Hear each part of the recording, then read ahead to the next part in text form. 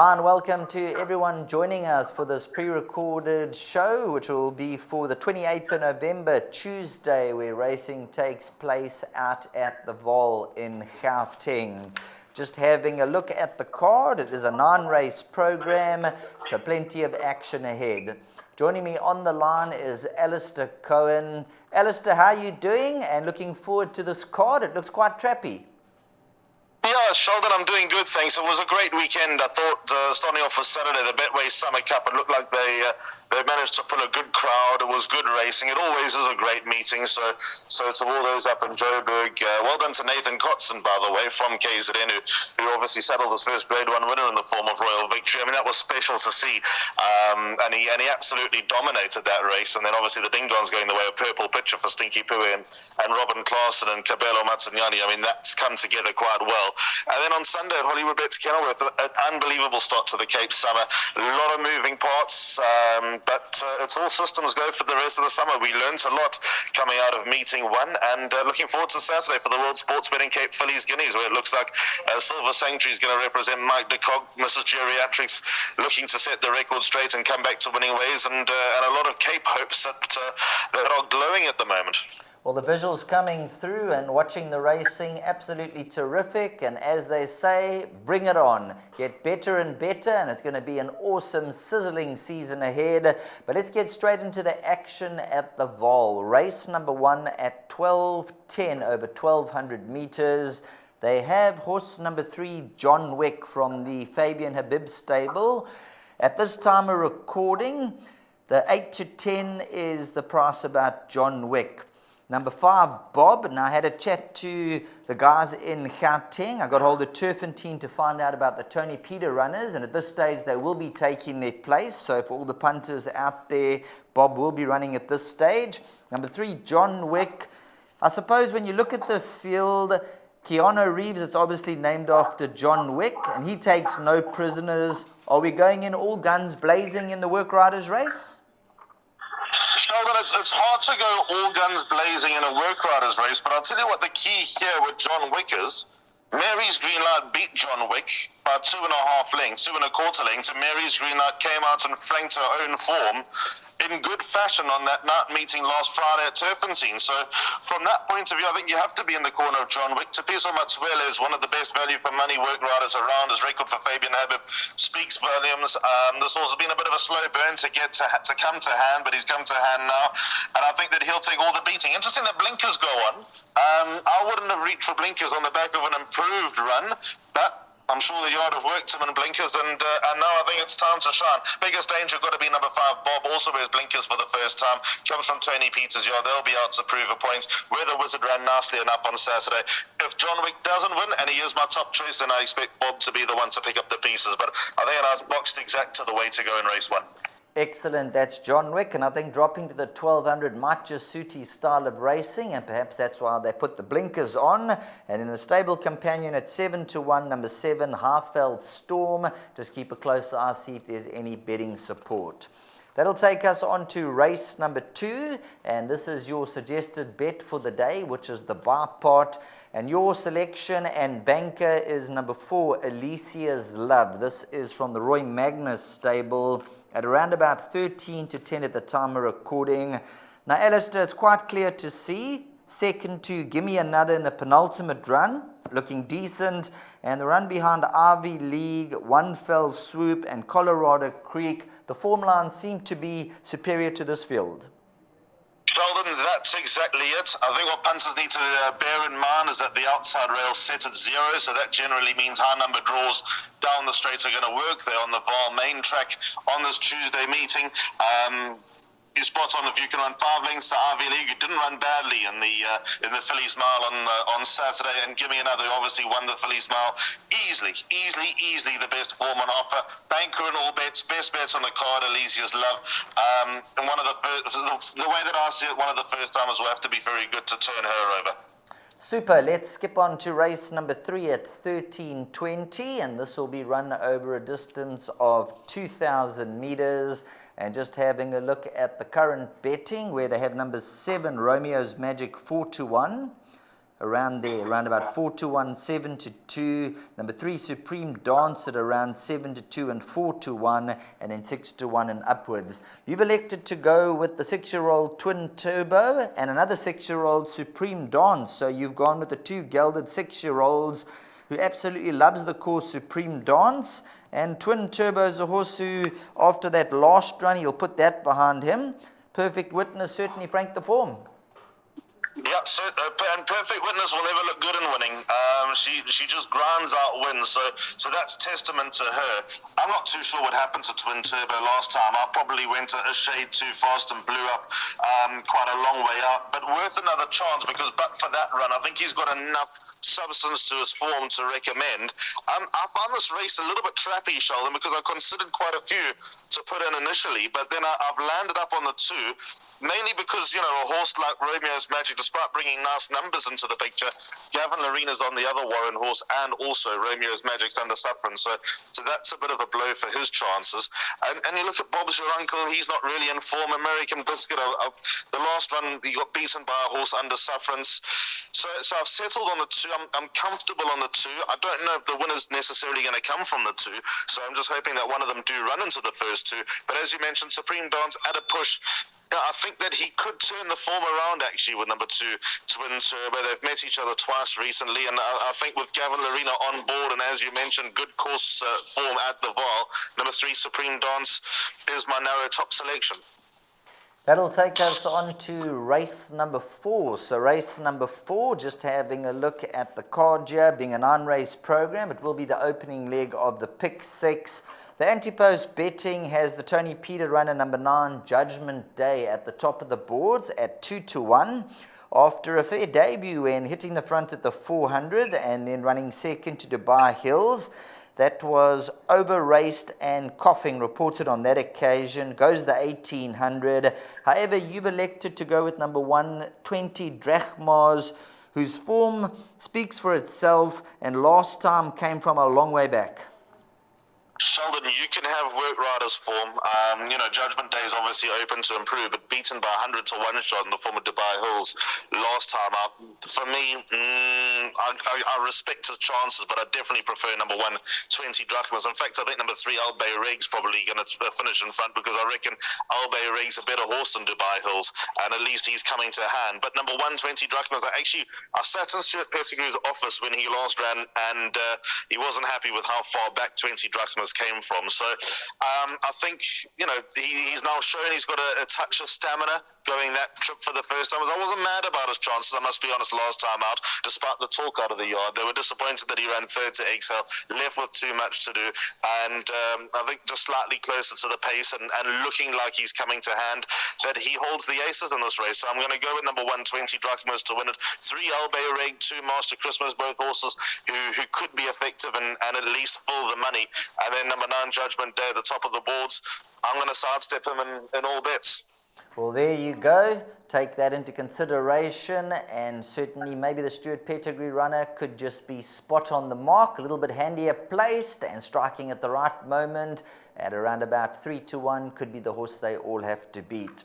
We'll then step into the territory of race number 5, which is Jackpot 1, Leg 1. A big field will face the starter over 1,500 meters, Alistair. Now you've gone, it looks like telephone numbers, the numbers you've gone in your bar pot here, and it's 6-1 the field, so that basically sums it up. Yeah, this is the hardest race on the card, Sheldon. So my numbers here are 2, 3, 4, 5, 9, and 11. With my top selection actually being the 3-year-old number 4, Hotter Ruby. Go watch that last run closely. I thought he was given a bit of a tender ride over the closing stage. It was written like he needed the run. He was entitled to, being off for about 4 months.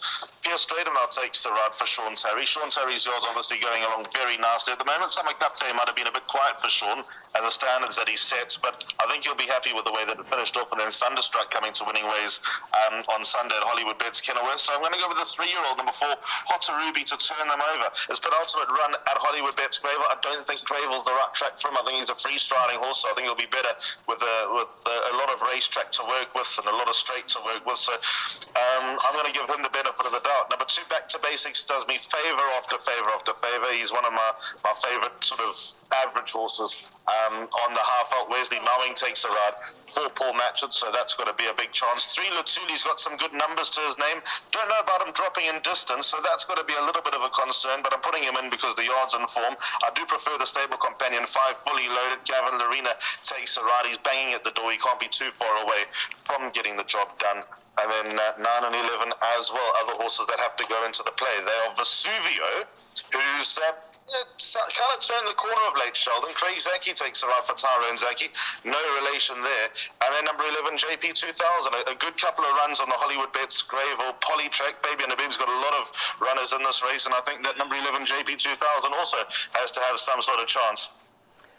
Super. Let's move on to race number 6. And now a number of the bookmakers were obviously waiting for Monday morning to price up, as obviously on the weekend we saw with the Tony Peter runners all being scratched, but at this stage of the game we've been given the green light that at this stage they will be going ahead. So number 6, Runway Bomb, the betting I have here is around 7 to 10 in search of the hat trick. Has gone up from a 78 to a 93 in the ratings now, and looking for the hat trick. You, I believe, have gone with numbers 4 and 7 in the bar pot. I have, Sheldon. So what punters need to bear in mind when looking at my bar pot numbers on this card is that I submitted my selections just on deadline, and at that stage, although not officially scratched, Tony Peters' runners were still under suspension. So I took the stance, took it upon myself that number 6, Runway Bomb, was an unlikely runner, but then a couple of hours later, news broke that the suspension had been lifted. So as it stands, Runway Bomb is a runner, and if she runs, then I expect her to just about win it. It's not going to be easy going down the Vaal straight over 1,400 meters. I know she's won over 1,400, but that was around the turn. So that is a slight dynamic that might just worry, but you know, she brings the right type of profile into the picture. She's obviously improving. She's getting better with each and every start. Calvin Habib takes the ride for the first time. So I think number 6, Runway Bomb, if she does take her place, a hard horse to beat. My numbers are 4 and 7. I like a bit of number 4, Lucy in the Sky. Gavin Larena gets a tune out of this daughter of Noble Tune. 8 rides, 3 wins, and 4 places. So only once missed the frame. Last time I like the work that she did over the closing stages. Fastest 400 to finish behind Winter Greeting. I think Winter Greeting would be a hard horse to beat in this race, never mind the weight that she'd be likely to carry. So number 4, Lucy in the Sky, I think she's got a bit of a chance here, so don't write off her chances. She could be the value in the race. And number 7, Ava One Toast. If Runway Bomb runs, then I'd replace Ava One Toast with Runway Bomb. If Runway Bomb doesn't run, then Ava One Toast the backup. Now, let's move on to race number 7, and you'll see that I've got a big grin on my face here, and that's because of the numbers once again. When you look at race number 7, it's basically throwing at a dartboard and hoping you hit it right. You've gone with 1, 4, 5, 8, and 9, and I'm sure you wouldn't mind throwing in 1 or 2 extras. 100%, Sheldon. This is a field race if ever I've seen one. And there are going to be 16 that face the starter. There are 2 reserves, so at least 2 are going to be coming out. So push me for a first selection here. It's a bit of a tricky one. I like the last run of Rose Tinted, funny enough, coming back from a long layoff. St. John Gray's horses were starting to come to hand. Raymond Danielson takes a ride. I like how she finished behind Quantum.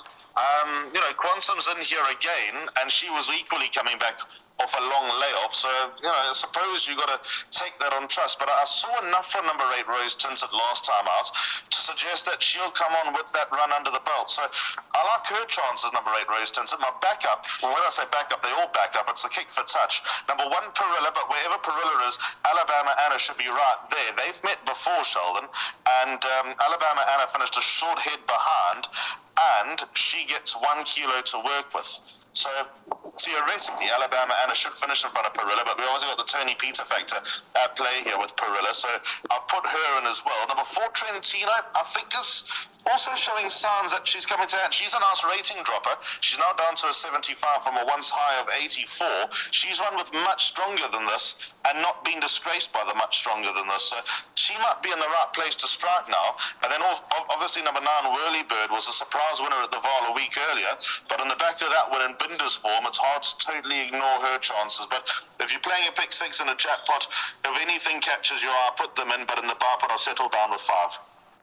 That'll take us on to the next event, which will be race number 8 at 1600 hours, run over a distance of 1,000 meters. So they'll jump out, the speed will be on. And just taking a look at the current betting, number 3 is the current favorite, around about 28 to 10, 3 to 1. Number 9, Nera, is around 4 to 1. And then we're looking at 6 to 1, number 4, White Hills, and number 6, Inventrix. What catches your eye, if anything, in the 8th race, Alistair? Shampimpi, Sheldon.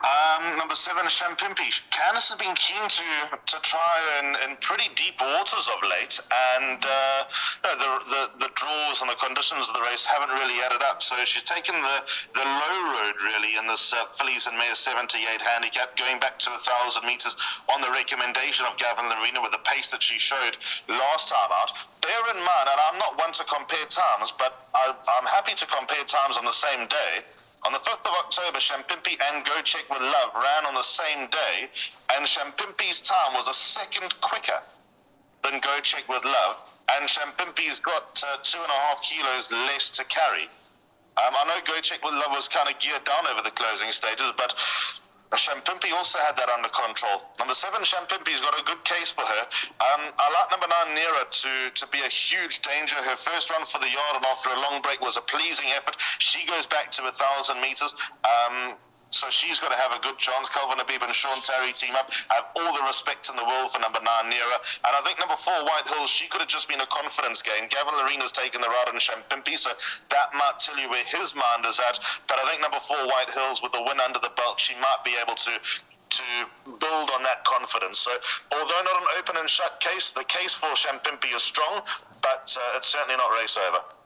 So there you heard from Alistair, race number 8. And if you are looking to throw in 2 roughies, I'd throw number 1, Heirloom, and number 2, Wings of Nike. They'll both be looking to put their recent runs behind them in around 16 and 20 to 1. Maybe if you're looking to cause a stir in race 8, add numbers 1 and 2. Now, Alistair, race number 9 does not get much easier. This is over 1,000 meters. And the comment that I jotted down is that you can just cast a net over this field. I don't know, Sheldon. Look, it's obviously tricky. I'm not for one moment saying, guys, put your head down. We're going to make a lot of money here. But I think I don't know if we need the field, to be honest. I think you can put a line through quite a few of these.